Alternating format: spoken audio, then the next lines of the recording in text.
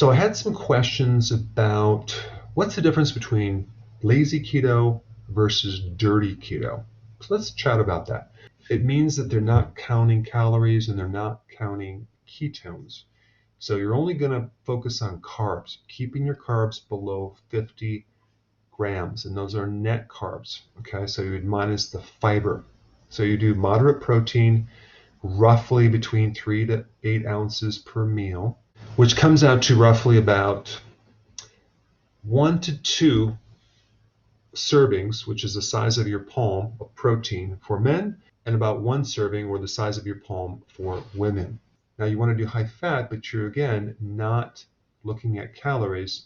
Most of the fat's going to be within the protein, but you're definitely not focusing on the quality of those macros. Now, to differentiate dirty keto, you're not focused on quality. You're going to fast food places, for example, and let's say you have burger without the bun and you have some processed cheese on there and some bacon.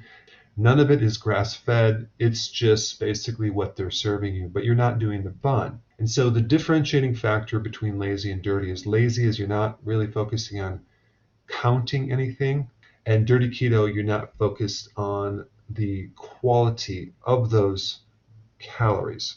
And so if you're at a restaurant, a fast food restaurant, they're going to probably give you MSG. You're not concerned about that.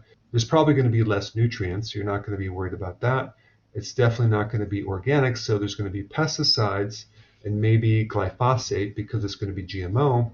And you're probably going to have higher amounts of omega-6 fatty acids. So your salad dressing might have soy oil or corn oil or canola or cottonseed. You're not concerned about that. You could even have trans fats. So that's what dirty keto is. And one more point about carbohydrates. So the goal is to keep your carbs below 50 grams, right? Well, both lazy and dirty keto are not looking at the type of carbohydrates. So let's say, for example, you go to the grocery store and you have peanut butter and you're buying that. Typically, you have to read the label because a lot of peanut butter has sugar in it. And so if you're doing dirty keto, you're not going to be too concerned with the actual added sugar that's in the peanut butter.